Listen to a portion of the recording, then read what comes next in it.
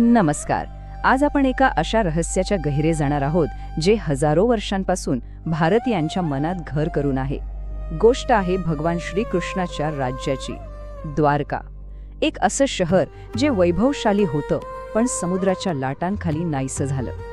चला उलगडूया या हरवलेल्या शहराची कहाणी. विचार करा, हे शब्द महाभारतातले आहेत. एका क्षणात एक संपूर्ण सुंदर शहर समुद्राच्या पोटात गडप झालं. ही कल्पनाच किती भयावह आहे. एक महान संस्कृती एका क्षणात पाण्याखाली गेली. आणि नेमका हाच प्रश्न आपल्याला विचारात पडतो. ही फक्त एक गोष्ट आहे की यामागे काहीतरी खरं दडलंय?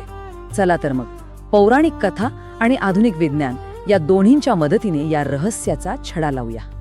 चला तर मग या शोधाची सुरुवात करूया थेट त्या दंतकथेपासून. प्राचीन ग्रंथांमध्ये द्वारकेचं वर्णन कसं केलं आहे आणि तिचा विनाश नेमका कसा झाला हे आधी समजून घेऊया. महाभारतात द्वारकेचं जे वर्णन आहे ते ऐकूनच थक्क व्हायला होतं. म्हणतात की हे एक अत्यंत सुनियोजित, समृद्ध आणि शक्तिशाली शहर होतं. म्हणजे हे फक्त एक शहर नव्हतं, तर जणू काही त्या काळातलं एक सुपर पॉवर केंद्र होतं, जिथून जगभरात व्यापार चालायचा. पण इतकं वैभवशाली शहर अचानक नाहीसं कसं झालं? यामागे नक्की काय होतं? चला या दंतकथेच्या मागचं का शोधूया. त्या भविष्यवाणी आणि त्या शापांची मालिका ज्यांनी द्वारकेचं भवितव्य ठरवलं. मौसल पर्वामध्ये जी कहाणी सांगितली आहे ती एखाद्या साखळीसारखी आहे. म्हणजे एका घटनेमुळे दुसरी घडली. हे फक्त नैसर्गिक संकट नव्हतं, तर यामागे शाप होते, मानवी चुका होत्या आणि त्याचा शेवट झाला द्वारकेच्या विनाशाने.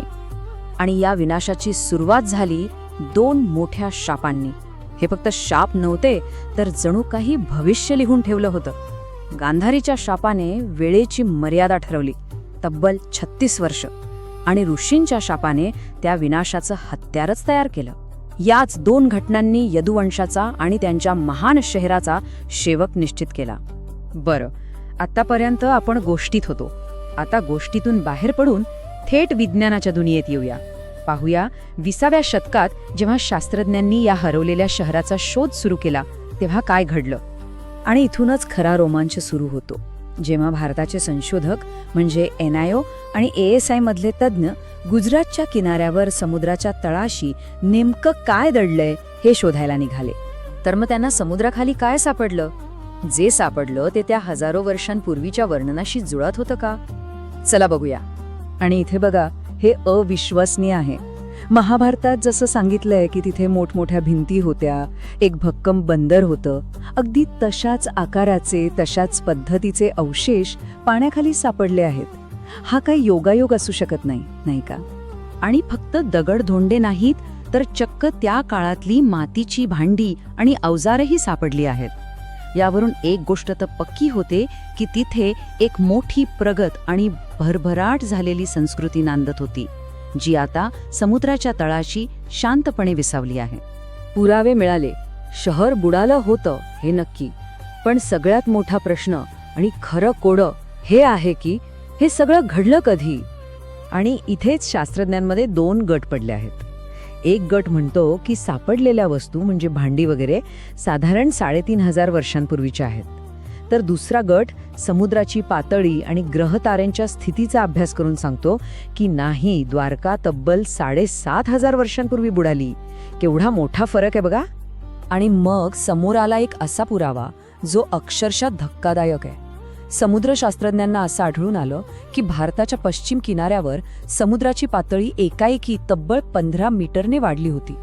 हे बघा, वैज्ञानिक माहिती आपल्याला स्पष्टपणे दाखवते की साधारण 7500 वर्षांपूर्वी समुद्राच्या पातळीत एक प्रचंड आणि अचानक वाढ झाली होती. आणि ही वेळ द्वारका बुडण्याच्या दुसऱ्या सिद्धांताशी अगदी तंतोतंत जुळते.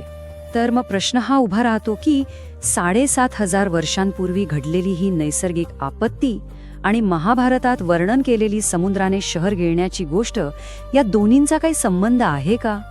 काय निसर्गात घडलेल्या एका घटनेलाच आपण इतकी वर्ष एक दंतकथा म्हणून ऐकत आलो आहोत? सध्या तरी या प्रश्नाचं ठोस उत्तर कोणाकडेच नाहीये. वाद अजूनही सुरूच आहे. पुरातत्वशास्त्रज्ञ सापडलेल्या वस्तूंच्या वयावर ठाम आहेत, तर दुसरीकडे काही संशोधक म्हणतात की महापुराची ही घटना आणि महाकाव्यातील वर्णन इतकं जुळतंय की त्याकडे दुर्लक्ष करताच येणार नाही. आणि हाच प्रश्न आपल्याला विचारात पाडतो, द्वारका म्हणजे फक्त एक हरवलेलं शहर आहे, की मग ही समुद्राच्या विनाशकारी शक्तीची एक अशी कहाणी आहे जी हजारो वर्षांपासून वेगवेगळ्या रूपांत आपल्याला पुन्हा पुन्हा सांगितली जात आहे?